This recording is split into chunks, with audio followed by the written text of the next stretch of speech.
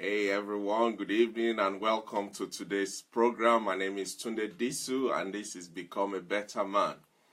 You are very welcome. Thank you for joining me on today's program.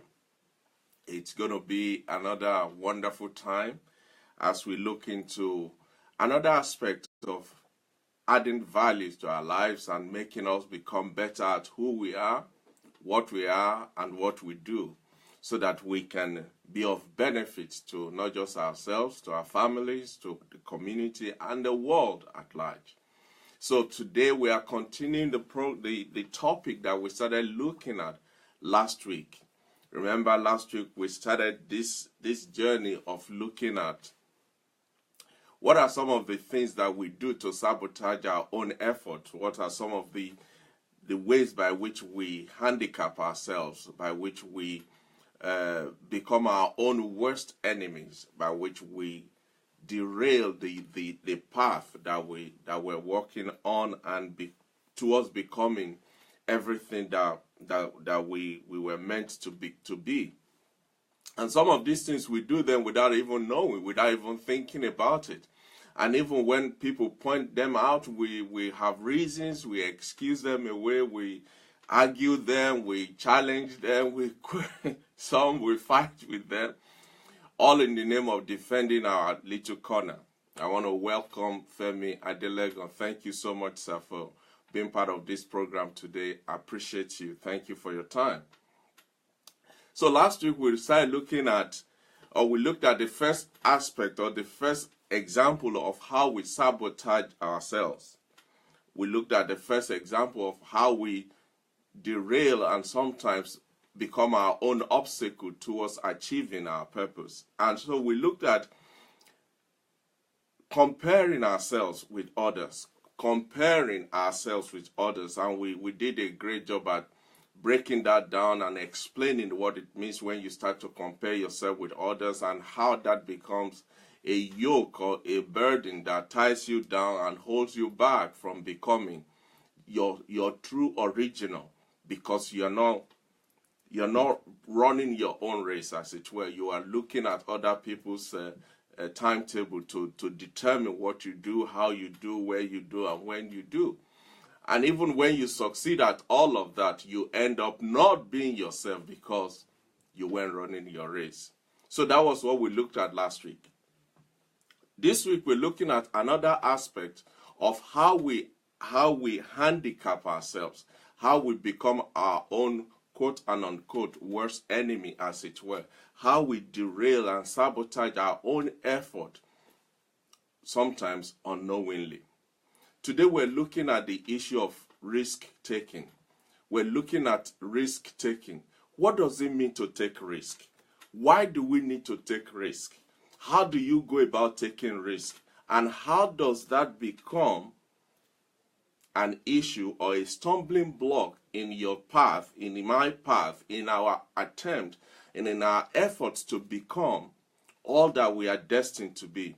You see, one of the things we must realize is this.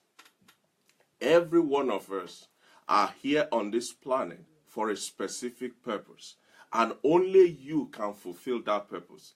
Only me, myself, can meet the need and can fill the hole here on earth that God designed me specifically and designed you specially to fill and to fulfill.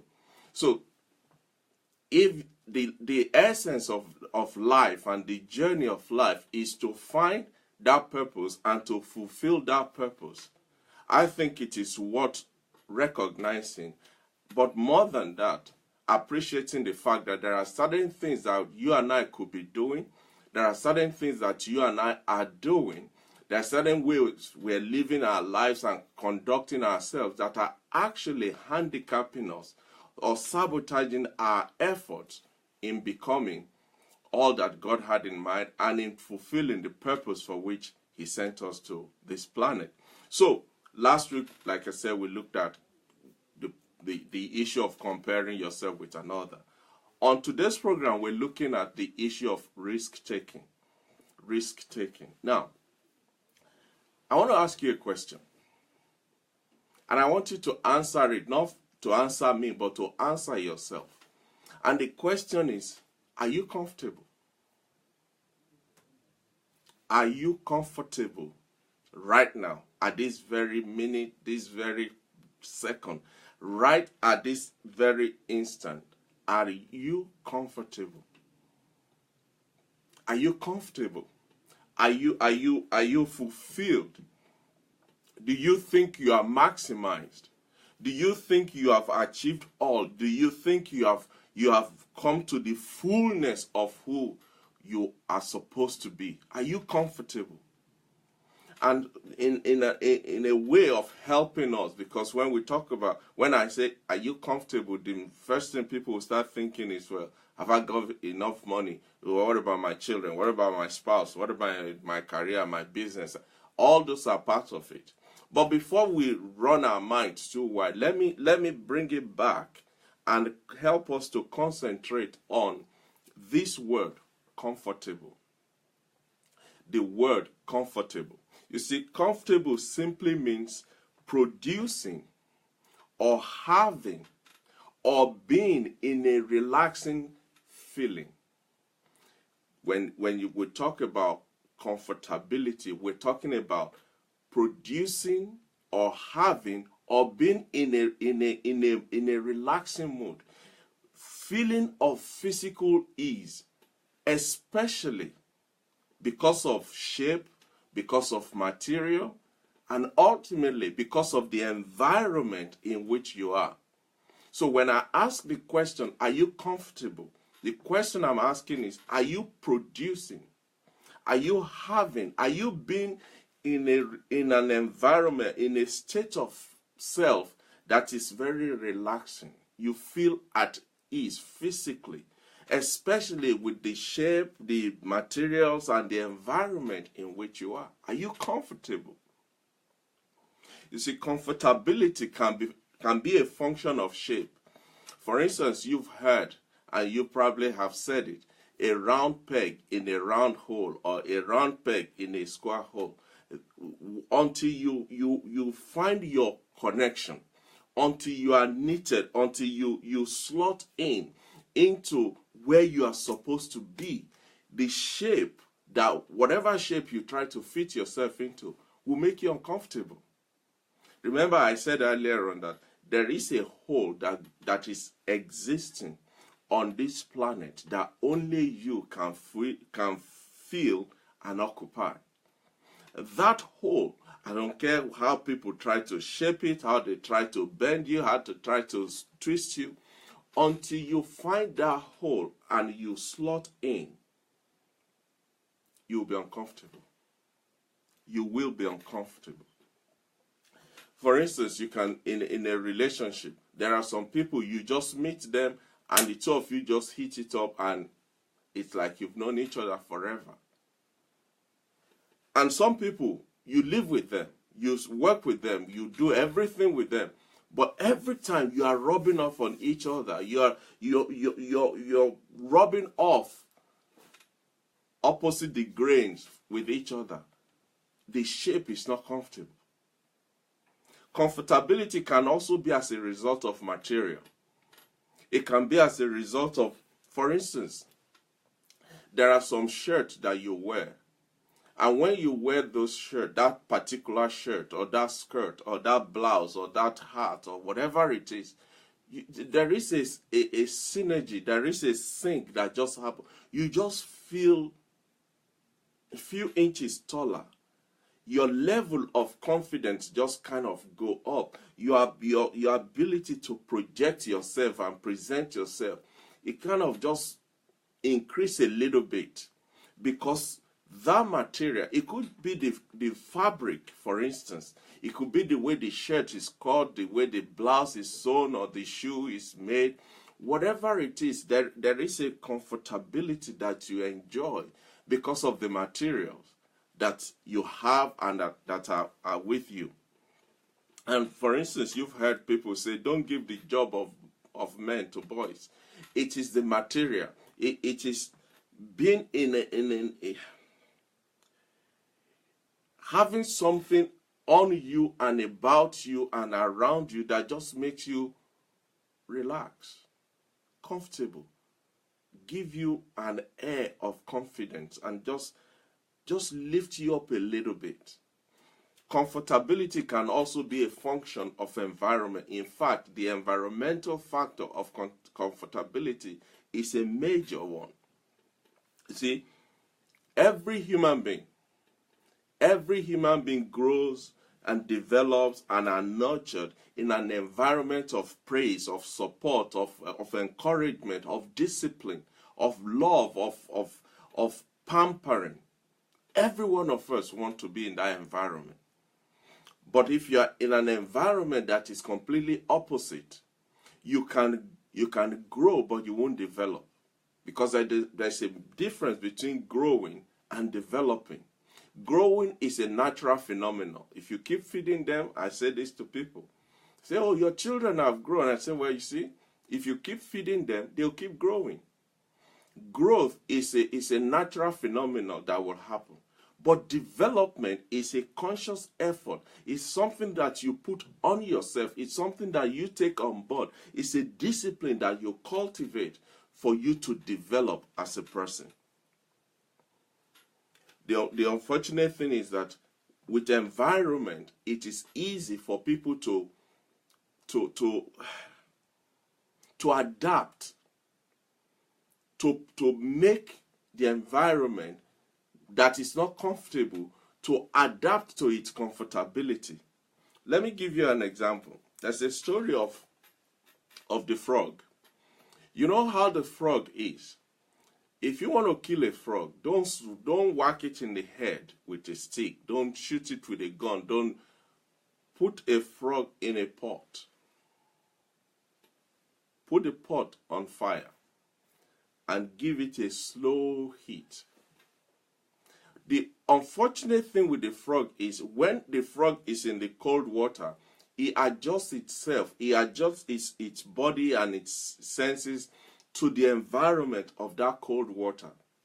As the water gets warmer, the frog starts to tell itself that I just need to move a little bit and shift a little bit. And immediately it starts to adapt itself to that environment until when it is now too late, because now the water has reached a boiling point. And it is so with a lot of us. We adapt and adjust ourselves to fit the environment that we find ourselves, all in the name of looking for comfortability.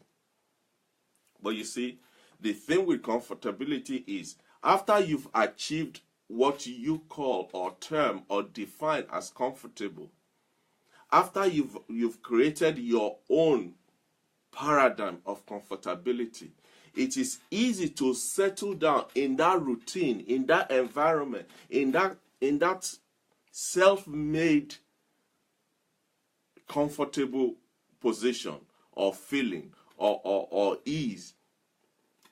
But the unfortunate thing is, and this is where we start getting into today's topic, about how you limit, how you sabotage your own progress, how you minimize your own effectiveness, how you reduce your ability to be all that God wants you to be, how you handicap yourself from fulfilling your purpose. Because when you adapt, when you settle in that environment that you have termed and defined as comfortable, it limits your ability to expand. It reduces your ability to grow. It stifles your willingness to step out.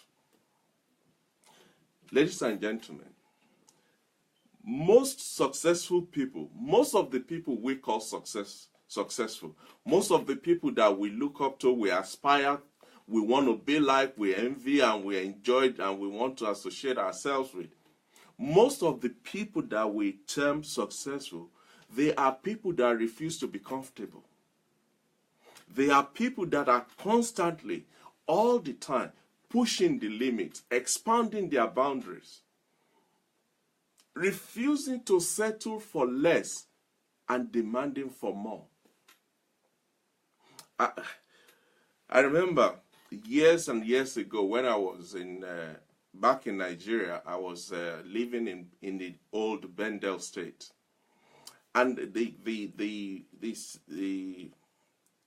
there was a particular drink or beer or lager that was brewed in Bendel, and it's called More, M-O-R-E. And I remember the slogan of the advert for that lager was, "Don't settle for less, ask for more."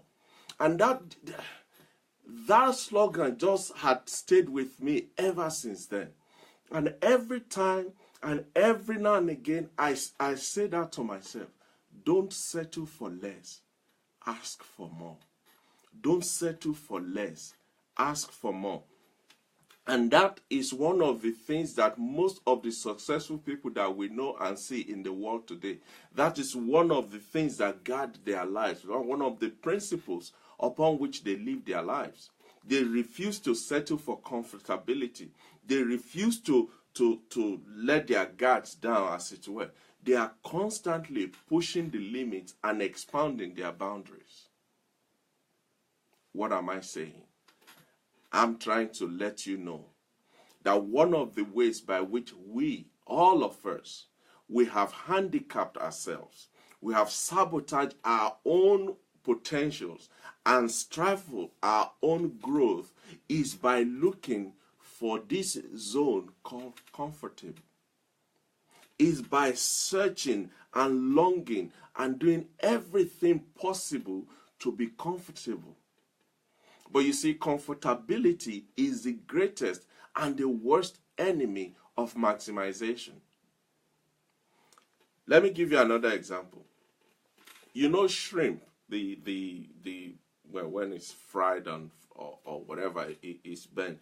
But shrimp, the sea life creature, in its natural self, it is very softy, spongy, flexible, and all of that. But the shrimp lives in a hard shell. It is protected, it is covered by a shell that is actually hard. Is stronger than the texture of the shrimp itself. Now, over time, the shrimp will grow and grow and grow and grow to a point where the shell now becomes a restriction for its growth, where the shell is now constraining it from growing bigger. The option that the shrimp has is either to remain comfortable and keep twisting and adjusting itself to remain in that shell, or to do something else. But do you know what the shrimp does? It goes down to the bottom of the sea, hides itself under a rock or under something to prevent itself from the prey, and then it forces itself, it pushes itself with all its energy to come out of that shell that is constraining and restraining it. And then it stays there until a new shell is built that will now allow it to grow and grow again. What am I saying? The shrimp refuses to be comfortable in an environment, in a space, in a suit, in a body that is restricting it from growing. If the shrimp can do that, how much more you and I? It has been said that as human beings, we've only used maybe 5% of our ability, of the capacity of our brains. We've only tapped into maybe 3 or 5% of it. And the few people that will even go as far as to 7, 8, or 10%, they are the ones we call geniuses. But imagine if we can reach about 40%. Imagine what this world will look like.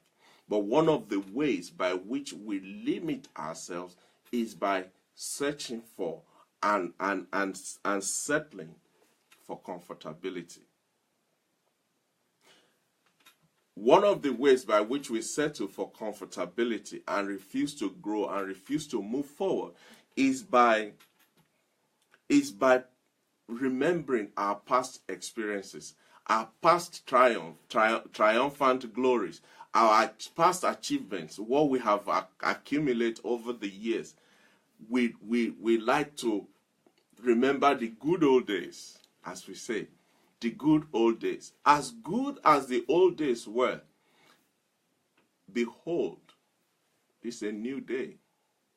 It's a new beginning. Every day that you open your eyes and see the sun, every day you drag yourself, kick yourself, shouting and screaming out of bed in the morning, is an opportunity for you to start again. It's an opportunity for you to go to the next level, to take the next step, to attempt the next thing. But what do? We live on past glories, on past triumph, on past achievements. As good as those things are, don't get me wrong, I'm not against them, we all need them. But you see, all they do is to tell us, you have been here. I was here. But that is not your destination. It was just a stopgap. It was a bus stop. It was a junction. It was just a point of it was a milestone in your journey to your destination. But what do? We frame it up, we hang it on the wall, and we start to worship that past achievement and that past glory and that past accolades and that past event or triumphs that we have in our lives. Those victories, what they are meant to do really is to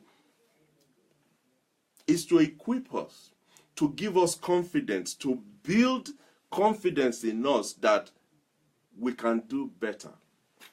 And when I do training for either personal training or corporate training, and especially when we talking about goals in life and goal settings and how to achieve goals and all of that. One of the questions I normally ask people is, how many of you have ever achieved something in your life? If you've ever achieved something in your life, raise your hand. And it's amazing how many people are reluctant to acknowledge or to admit that they've achieved something in their lives. Simply because they are looking at, well, I haven't bought my own house, I'm still living in a rented apartment, I don't have a car, I don't have my own business, I'm not even married, I don't have children, I don't even have money in my account, so what can I say that can I point to as my achievement in life? But you see, that is wrong. That is not true. You went through primary school. It was an achievement. It was a goal that you set yourself, that I'm going to primary school and I'm going to come out to go to secondary school. But you see, because our mentality, the way we think, doesn't see that as an achievement, as a goal that we have achieved, we don't reckon with it. But if you talk to somebody who is a complete, total illiterate, as an adult, cannot read or write, and put that same adult in that primary school, and that adult comes out with primary 6 certificate that now they can read and write, to that adult, that is an achievement. That is a goal fulfilled. What am I saying? I'm saying the past glories are there, but they are only there to remind us that if I've done this, then I can do this. Rather than to sit down and worship and grovel and live our lives in our past glory. If you are spending too much time being nostalgic about yesterday's achievement, just talking about the good old days, remembering when it used to be, you remember in those days, if that is how you live your life, if that is how you carry yourself, if that is the mindset with which you run your existence, you're not challenging yourself enough for today. And that is why you are limiting yourself. That is how you are sabotaging your own ability. That is how you are putting a lid over your capacity to grow and excel in life. Because what God had in mind, the purpose of us being here is not to just maintain the status quo. He said, go into the world. The Bible said to us, he said, subdue the earth, replenish it, dominate it, be in charge, take control, grow it, make it bigger, explore it. That is what we're supposed to do. But when we sit down in our comfort zone, when we refuse to do something new, when we refuse to take risks and step out of our comfort zone, then we are limiting ourselves. Now, don't get me wrong. Sometimes taking risks means you are going to trip and fall, bang on your face. Taking risks, the reason it's called risks is because it is the unknown. So stepping out of your comfort zone to the unknown, sometimes you trip yourself up and you fall down. There's nothing wrong in falling down. What is wrong is when you fall down and you refuse to get up. When you fall down and you refuse to get up, that is when you are down. But when every time you fall down, you look around, you learn the lesson, you get yourself up, you dust yourself down, and you continue on the journey. Before you know it, all those little things that are tripping you up, that's making you to fall, you will learn them, you will know how to avoid them, you will know how to deal with them, how to handle them. Guess what? You are growing. You are becoming better. You are maximizing your potentials. You are helping others to avoid those same obstacles that you have overcome. Don't be afraid of failure. One of the biggest reasons many of us are not taking risks, many of us are not stepping out, many of us are not challenging ourselves, many of us are not pushing ourselves, is because we are afraid of failure. What if it doesn't work? What if nobody wants to listen to what I have to say? What if I start a business and nobody is interested in what I'm selling? And what if, and what if, and what if, and what if, and what if, and we use that to choke life out of ourselves. Don't be afraid of failure. See, the fear of failure is a debilitating factor, and it has stopped so many people from even stepping out, rather talk less of becoming everything that they're supposed to be. But do you know that some of the biggest lessons that you will learn in life are not the lessons that will come from your success stories? Some of the biggest lessons in life are learned in the place of failure, in the place where your face is in the dust, in the place where your whole self is submerged in failure. It is at that lowest point of the lowest point that you learn lessons, that you pick up wisdom, that you harness the power to rise up and face the giant again and again and again and again, until one day these Egyptians that you see today, you will see them no more. Don't be afraid of failure. Don't be afraid of failure. I know we've all been trained that failure is a bad thing. It's the worst thing that can happen to you. It is almost a taboo. It's an abomination. Don't let anything about failure be associated or attached to you. Great. But do you know that every success story also has a lot of failure stories? But because we don't hear them, makes us think they just started and everything was hunky-dory and they just went flying and living happily thereafter. It's not true. It is not true. some of the things that we have come to take for granted, some of the things that we are enjoying today, some of the things that we can't do without today, they didn't fall down from the sky. They were perfected over many failure stories, many failure attempts, until one day, bam, the right one comes out. And then we're all celebrating. Oh, it's a brand new one. It's the best one. But if you will sit down with the manufacturer, the inventor, the creator, they will tell you that there were so many sweats and guts and blood and tears that were behind what you see now. So in order to break out of your comfort zone, you have to take risks. You have to step out into the unknown and fuel that risk with courage and boldness. You fuel your risk. Risk is fueled. Risks in life are like vehicles, and the only fuel that drives them they are courage and boldness. If you want to fuel your ability to take risks, to step out of your comfort zone, you have to develop a great heart. Be courageous. Be bold. Isn't that amazing? Those are the two things God said to Joshua.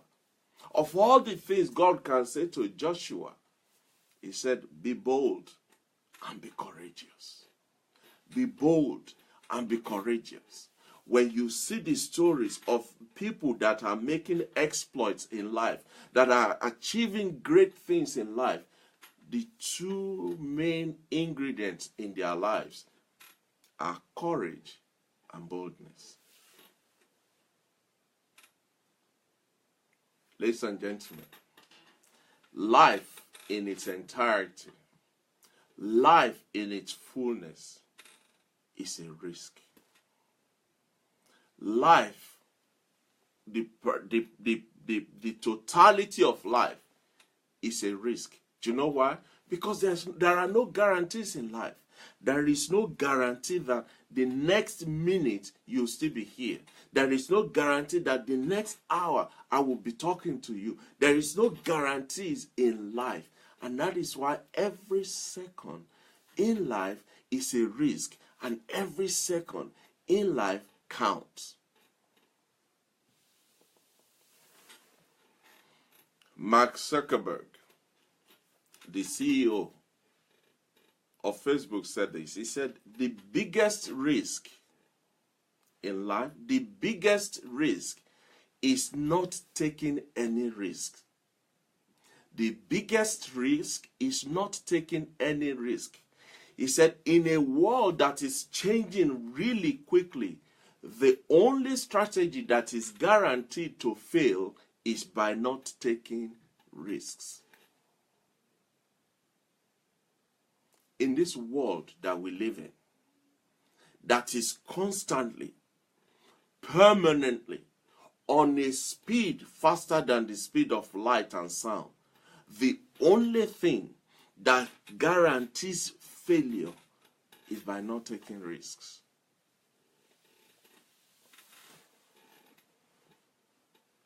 The reality is this, ladies and gentlemen. Taking risks, stepping out onto the unknown, challenging yourself, pushing yourself out of your comfort zone is usually not as difficult as it sounds. It's not as difficult as you imagine. It's not as difficult as you have been told, for that matter. And if you still have challenges, if you're still wondering, if you're still asking yourself, is it true what this guy is saying this evening? Let's look at some of the few ways that you can harness the power of positive risk taking. Some of the elements, some of the benefits, some of the methods by which you can really harness the power that is embedded in positive risk taking. Because over the years, we've all been told, if it ain't broken, don't mend it. If it's not broken, don't mend it. Just stay in your comfort zone and sing your kumbaya, and everything will be fine. Don't take risks. You will lose everything. Well, if you are not taking risks, you've already lost everything. So what are some of these ways by which you can harness the power of positive risk taking? The first one is you need to fight the negativity bias that we all live under and live with. Like I said, we've all heard and we've all said and we've all been told, we've read, we've sang and danced. Don't take risks. Don't take risks. It's dangerous. It's dangerous. It's unknown. Don't step out. That's what we've heard.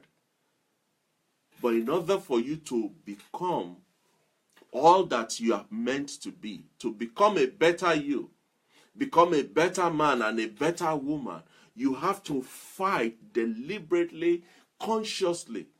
Fight the negativity bias that is stopping you and stopping me from stepping out to become all that we're supposed to be. This world that we live in, whether we like it or not, is full of uncertainty. This world is full of uncertainties. For instance, in the past 50 years, or even less than 50 years, there's been many companies that you heard their names and they become the best things in sliced bread, and today nobody will even remember they ever existed. There was a day when the only way you can solve the net is either you have AOL or Nescafe or Nescafe or whatever it's called. Can't even remember its name now. There was a time when the only way you can be on social media is if you have what they call MySpace. There was a time when there was no mobile phone. There was a time when there was no internet. There was a time when the only thing you can see on TV is BBC One, BBC Two, and then, if God help you, maybe ITV. But look at where we are today. BBC is almost being run out of space. There was a time when the only way you can watch a good movie on a Friday night is to go to what's it called? That's gone down now. Blockbuster. But where is Blockbuster today? It's not there. Even now, when I see some people's email address and it says whatever at AOL.com, my eyes just pop to say, seriously? Is there something called AOL.com? But there was a time when the only way you can have an email, can be on the internet, is via AOL. And you have to wait for the dial tone, and hoping and praying that the dial tone will come through. But where is it today? This world is full of uncertainties. This world is full of uncertainties. Every decision that we make in life, including the decision not to do anything, the decision not to step out, the decision not to try something new, the decision not to move into the unknown. Every decision that we make, every time you breathe something, you take in oxygen and you bring out carbon dioxide, you are taking a risk. It's a risk. The problem is that there are so many negativity associated with risks that it is stopping us from even stepping out. It is stopping us from stepping out. We tend to exaggerate the riskiness of certain things that are unknown to us. We over-exaggerate what we don't know and we underestimate the opportunities that are apparent, that are right before our eyes. And for as long as we over-exaggerate the danger in the risks and underestimate the benefits in the opportunities, we are sabotaging ourselves from becoming all that we're supposed to be. We are shortchanging ourselves. We are stopping ourselves. We have become our own obstacles from fulfilling and maximizing our purpose in life. So instead of fixing your attention and giving all your effort and being fixated, instead of just living your life constantly on the danger of taking risks, why not turn it around and evaluate the situation? Take an objective study of the options before you. Look at the potential hazards that are there, because the truth is the hazards are there. And ask yourself, having considered all of this, is it worth me maintaining the status quo, or should I actually step out and see what's on the other side? Peter said to Jesus, there were 12 of them in the boat, but Peter said, Master, if that's you, bid me to come. Jesus said, come. The rest are like, you are completely a nut. Now I know something is wrong with your head. How can you say you want to come? Have you ever seen, have you ever heard, have you ever in all of your life heard as a human being walked on water? Why would you? But Peter dared to step out, break the mold, step into the unknown, and he made history. Apart from Jesus, Peter is the only other human being that is recorded in history to walk on water.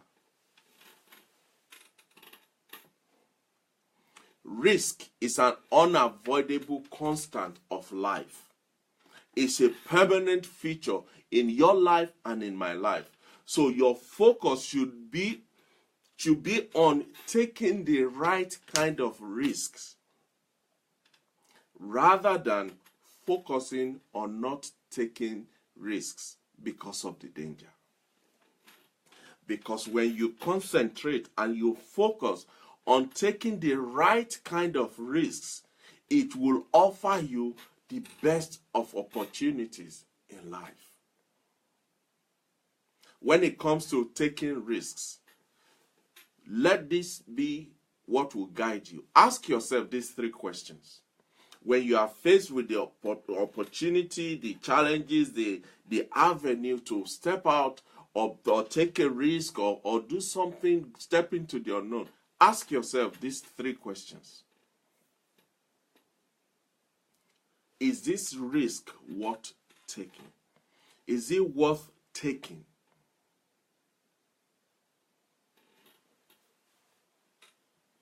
Second question, which risk will impart more meaning or happiness to your life? Either to remain in your comfort zone or to step out and explore what is out there. A day came when somebody said, in so number of years, we are going to put a human being in something that will take that human being to the moon. Everyone that heard it first will think this president has lost his mind. Nobody travels to the moon. To go and do what? Why would you want to leave this beautiful, God-made, perfect earth, this planet Earth, and then start going to the unknown, to the moon? Do you know where the moon is? How would you know when you get there? But somebody somewhere said, you know what? It is a risk that is worth taking. And this risk How will it impact? How will it bring? How will it add value and meaning and happiness to life? And the third question you must ask yourself every time you are confronted with the opportunity to either sit in your comfort zone or step out into the unknown, ask yourself, will this risk pay off more in the long run? If I take this risk, will the benefit of it, will it outlast even myself? Imagine what we have learned about the outside space or the world of space journey. If nobody took the risk of launching out, we will still be thinking the moon is something else.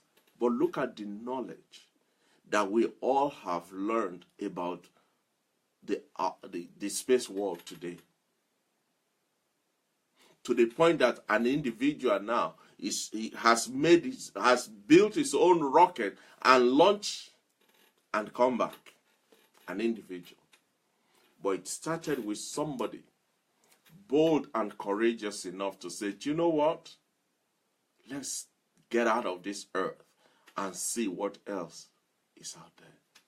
It's called taking risks.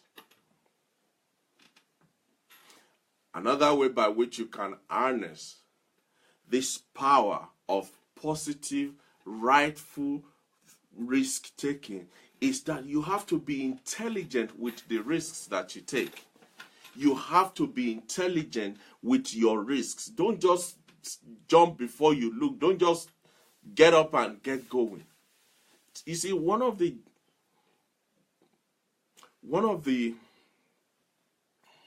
how can I say this? One of the deception, or rather one of the errors of life, is that we have all been conditioned and trained that taking risk is usually doing something bad. Risk is associated with negativity all along. But the reality is that is not very complete. It's not true. Some of the wonders that we're seeing today, some of the benefits and the beauty of life today came out of taking risks. So be intelligent with your risks that you take. Building confidence in risk taking doesn't necessarily mean you take smart risks. Rather, you build that confidence by being intelligent in how you take the risks. What do I mean by that? You build a parameter, you build some conditions, you make guardrails that will guide you in the risks that you are going to take. Risk doesn't mean blindfold yourself and just jump over the bridge. That's not what the intelligent risk-taking is. Intelligent risk-taking is consider the options, calculate, measure them, but then don't leave it at that point. Do something with what you have. One of the ways to make intelligent risks attempt is that take it one step at a time. Rome was not built in a day. Take it one step at a time. Keep moving on. And as much as you are moving on, don't ignore those same parameters that you started with. The guardrails that have kept you within your lane. Keep them constantly in check. Keep your focus on them as you step out, as you do take the risks. In other words, make a plan, then work the plan. Make a plan, then work the plan. Because a lot of times we make the plan, we analyze the plan, we examine the plan, we examine the plan, we categorize and subcategorize and sub, and before you know it, our analysis turns to paralysis. Our plan becomes bigger than what we're supposed to do. We allow the planning, the need, the desire to get it right and make it perfect. It becomes too big around our throat that we can't swallow it. And therefore, it stops us from even attempting what we've been planning over and over again.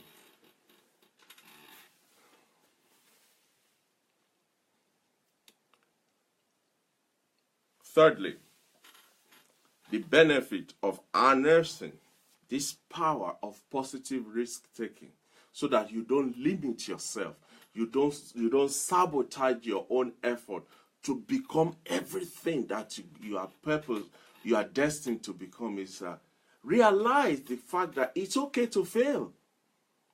Again, we've been trained and programmed to think and to see failure as a negative thing.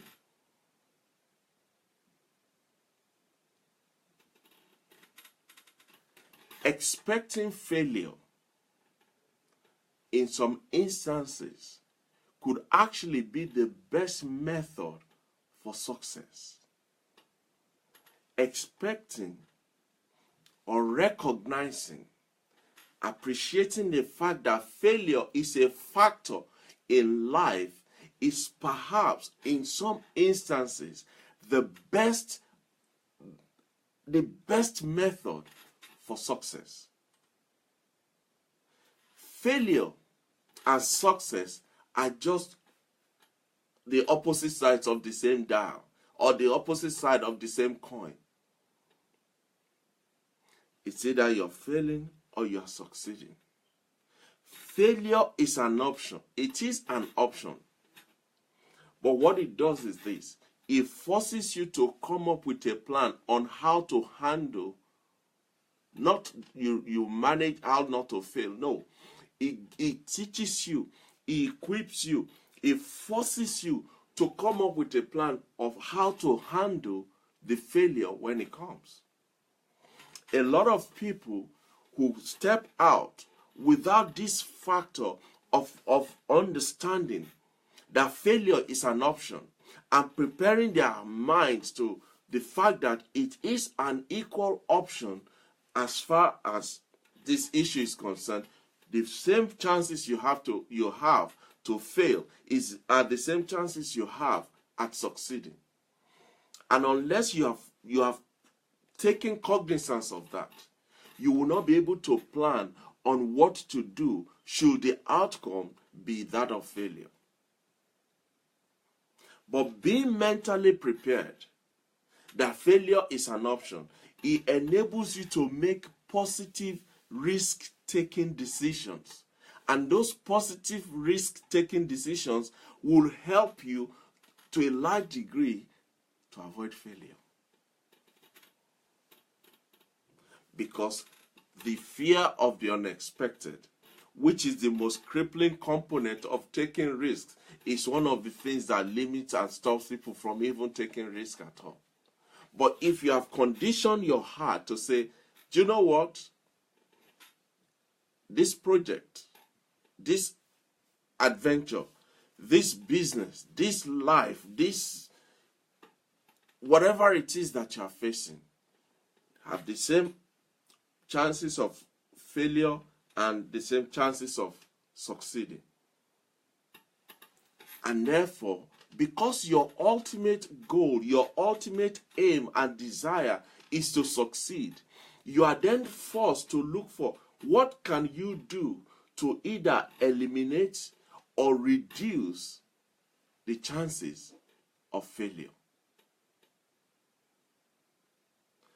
For instance, there was a research done in New York University.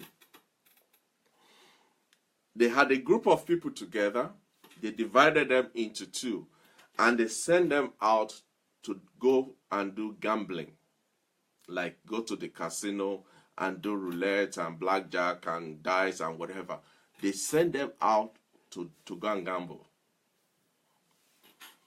But in this experiment, what they did was because they've divided them into two, they said to one group, now listen, as you are going, recognize the fact that the chances of you winning is just as real as the chances of you losing. So don't forget that. You can lose your money or you can win somebody else's money. Those are your options. The second group, they didn't tell them anything. They just said, here's your money. Have fun gambling. Guess what happened? When they came back, the group that were told, that were instructed, that were prepared before leaving that there are chances of you failing, of you losing money, they came back with more winnings than those that went out with no such mindset. Why is that? Because the group that went out with the specific understanding that you can fail and lose your money, they were forced to find a way. They had to think and think properly before they peel their card open, before they throw the dice, before they call the number that they want the ball to, whatever it is they do in gambling, before they place their bet, they had a lot of thinking and permutations and what if and how about, rather than the other group that had no prior knowledge. They just think, well, let's just throw it down. What am I saying? It's okay to fail. However, that knowledge, that understanding actually equips you to succeed in a reverse way. Reverse technology, reverse engineering. So it's okay to fail. It is okay to fail. Another way by which you can harness this power of positive risk-taking is that you need to build self-efficacy as you go along. Remember, life is an experiment. Life is an experiment. You don't know what's going to happen, even at this hour of the night. You don't know what's going to happen before your head hits the pillow. You don't know what you're going to say, what you're going to do, what you're going to encounter, what will happen. It's a constant, ever-going, constantly going experiment. That's what life is. The more experiment you do, the more experiment you carry out, the more experiment you encounter and handle, the better you become at handling life, at dealing with life. Small, measured, risk-taking behaviors can increase your confidence and build you up as far as life experiments are concerned. Because when you take small but measured risks, you are immediately exposed to another aspect of life where you can see the pros and the cons, where you can see how to do it and how not to do it. Somebody once said, even a fool can teach you something. Even a fool can teach you something. If nothing else, a fool will teach you, this is not how to do it. This is not what you say to your parents. This is not how you treat your wife. This is not how you manage your life. By adopting the concept of I think I can, positive psychology, you immediately enhance your goal, your ability to achieve your goal. When you take on the mentality that says, I think I can do this. I may not have all the facts. In fact, I don't have as many of the facts that I need. But there is a gut feeling. There is something on the inside. There is something that says to me, I think you've got this. And that positive psychology, that positive mentality immediately opens up your creativity to achieve your goal. Another way by which you can harness this power of positive risk-taking so that you don't become your own worst enemy, is to do what Nike says. Just do it. Just do it. Just do it. There is great discipline and virtue in planning. There is a wonderful concept and ideology and everything that goes with reviewing your plans and analyzing your plan and breaking it down and turning it over and doing all of that. Those are great things. But do you know that sometimes, even with the best of the best of the best of plans in life, you still have doubts. You still have questions. There are things that you are not sure about. There are things that are not completely clear to you. There are things that you're still wondering. Is it so? Can it be so? Will it come out that way? How will it feel this way? And it is at that time that you must lay hold of this concept of just do it. What does that mean? Those are the times when you then have to listen to what your gut feeling is. What is your spirit person? What is your heart saying? What is this the voice, the inner voice that you can hear? Have you ever been in a situation where all the T's have been crossed, all the I's have been dotted, maybe 2-3 times over and over again? Everything just seems, the plan is just like, this is it. But somewhere on the inside, you just feel there's something else. One of the greatest power that women have is the power of intuition. They can't explain it. But something on the inside just said, I'm not sure about that. As a man, maybe your wife, one day you've come home singing and dancing. Woohoo! I got the job, the promotion. We're moving. We're this is it. And your wife is just in one corner, just okay. And yeah, honey, what's up? Oh, come on. We've been praying for this. This is what I've been working on my heart out. I'm believing for this. Look, it's here now. Let's go. Come on, baby. And she said, yeah. And you're like, what's going on? What's the matter? And she says, you know what, love? I just don't feel right about it. What do you mean you don't feel right? This is it. Come on. Can you not see? Look at the offer letter. Look at the amount. Look at the benefit. You and the children will have the and you are raving and ranting, and she's just like, yeah, I hear you, but there's just something about it. At that point, you have to make a decision as a man.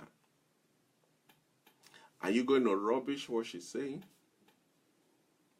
Or are you going to sit down and listen? As a man, I can tell you, many times, I've just jump out and get going and this is it, come on. Somewhere down the line, with my tails between my legs, I've come back crawling to say, I wish I'd listened to you. I wish I'd just pay more attention to what you're saying. But over the years, I've learned that's a lesson. She's not against me. She wants the best for me. And so with you. But when that inner voice is speaking, when there's that gut feeling on the inside, don't shut it down. There's power in it. So sometimes you've made all your plans and you've analyzed the risk and but listen to that your God's feeling and see what it is saying. And most of the time, when the plan is saying, don't do it, the market is not right, the environment is not ready for this, but on the inside you're hearing, we need to go now. We need to go now. We need to go now. That's the time for you to look around and fix your eyes on Nike, because he will say to you, just do it. Just do it. You see, when you follow the prompting of your God, of that inner voice, you will learn more, you will do more, you will fulfill more, you will achieve more in a space of 2 years than you will do in a space of 10 years using your plans and all the analysis and the paralysis that you have on the table. Because taking risks, it forces you to become resourceful. It forces you to manage what you have. It forces you to be economical with the little that you have. Because when it comes to taking risks, you don't usually have enough. And that can become a powerful thing when it comes to releasing your creativity and your execution juices, your ability to see what is not apparent. When you take positive risks taking, when you harness the power of positive risk taking, this will be the results. It will build your confidence. Through it, you will develop new skills. It will teach you responsibilities. It will help you to demonstrate and recognize that there are consequences if decisions are wrong. If you take wrong decisions, there are consequences. So in order for you to avoid the consequences of wrong decisions, you have to be resourceful with what you have. When you take positive risks, it promotes your ability to learn, especially from your mistakes. It will manage and harness your emotional constraints. You will not, it will help you from running wild just because for just being dragged along by your emotions. It will enable people to learn from, it will enable you to learn from your missed opportunities.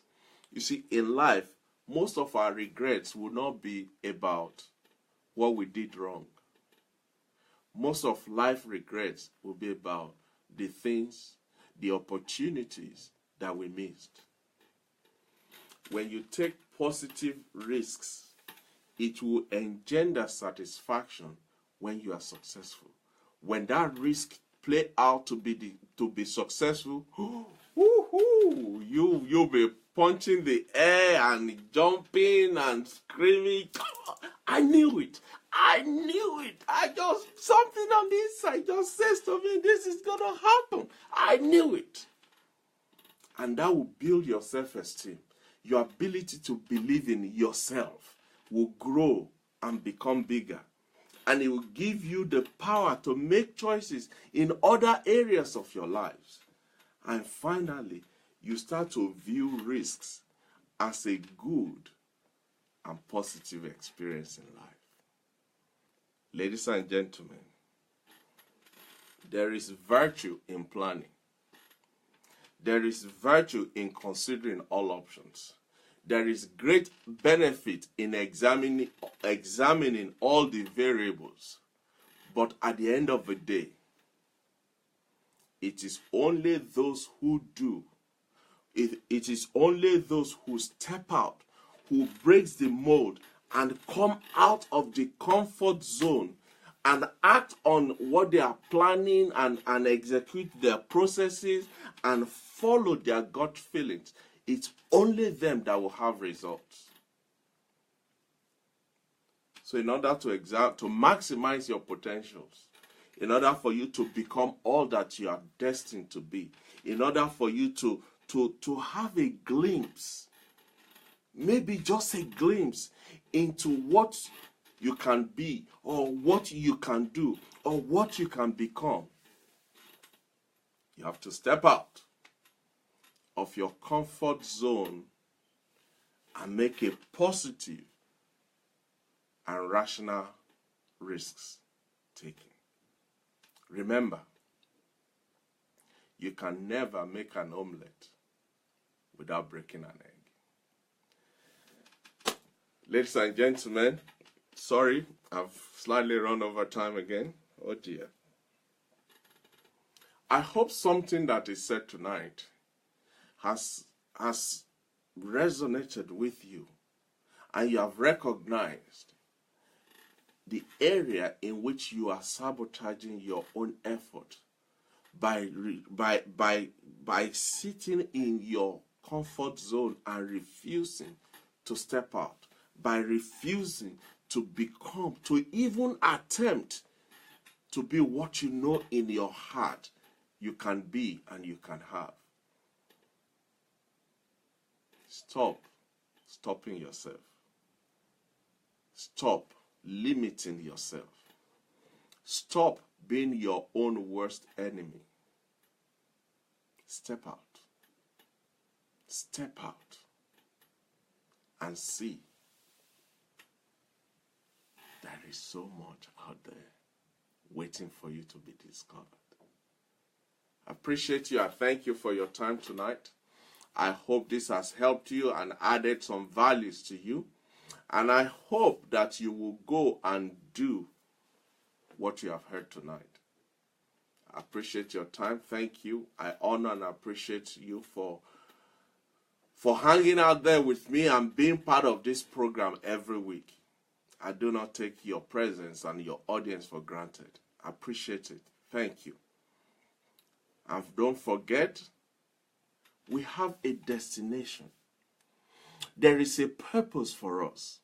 We are going somewhere.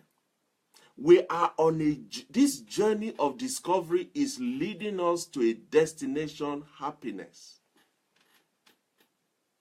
Therefore, we must never give up.